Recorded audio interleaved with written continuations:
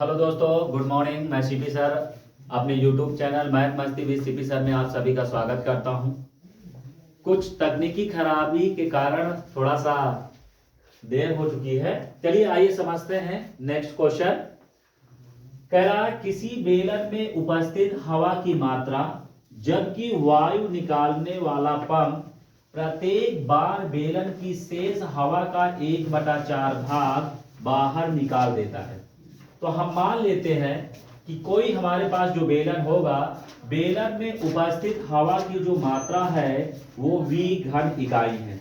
यानी एक बेलन है और उसमें जो हवा की मात्रा है वो v घन इकाई है। आप कुछ भी मान सकते हो, यहाँ पर 1 मान सकते हो, a मान सकते हो, कुछ भी मान सकते हो। तो हमने माना है v। अब देखिए जो ये है ये शुरुआती है यानी a1 है। a1 में हमें क्या मिला? v।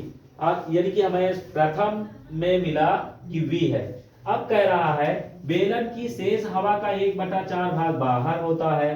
तो भाई साहब यहां पर ध्यान दीजिए कि निकाली गई जो हवा है, ठीक है, ध्यान देना, निकाली गई हवा यानी कि जो शेष हवा है हमारे पास पहले सिलेंडर जैसी ये है, ठीक है, एक सिलेंडर है। इस सिलेंडर में जो इस समय हवा है वो v है। कितना है? v है। तो निकाली गई हवा यानी कि शेष हवा v है और v का 1/4 भाग बाहर निकल गया, तो v/4 भाग। तो अब देखो v/4 भाग क्या हुआ? बाहर निकला है, ठीक है। निकाली गई हवा कितना? v/4 भाग। तो अब शेष हवा कितना होगा? पहले कितना था? v। निकाली गई हवा कितना? v/4। तो शेष हवा कितना होगा? v से v/4 घटा देंगे बेटा, तो 1 और 4 का लासा 4, 1 चौको 4, तो 4v माइनस माइनस 4 1 4, 1v 4 में से गया 3v, यानी कि हमारा a2 आ गया 3/4v। यानी कि इसमें का 1/4 भाग निकल गया। तो जो अब बचा ये मात्रा, ये हमारा हो जाएगा 3v/4। क्या? 3v/4। अब देखिए ये हमारे पास है। अब निकाली गई हवा जो शेष है यानी 3v/4 का 1/4 भाग फिर बाहर निकाल दिया गया। तो बेटा ये हो जाएगा 3v और 4 चौक 16, यानी निकाली गई हवा कितना? ये। तो अब शेष हवा कितना बचेगा बेटा? शेष हवा, ध्यान दीजिएगा, शेष हवा, ठीक है। यहां पर जो शेष हवा होगा यानी कि तीसरा पार्ट A3 बराबर, ध्यान देना, A3 जो होगा, पहले हवा कितना थी? ये है 3v/4 और निकाली गई हवा कितना है? -3v/16, ठीक है। अब लासा आएगा 16, 4 चौक 16, तो 4 त्याई 12v माइनस 16 1 के 16, तो ये आ गया 3v, तो 12 में से 3 गया 9/16v।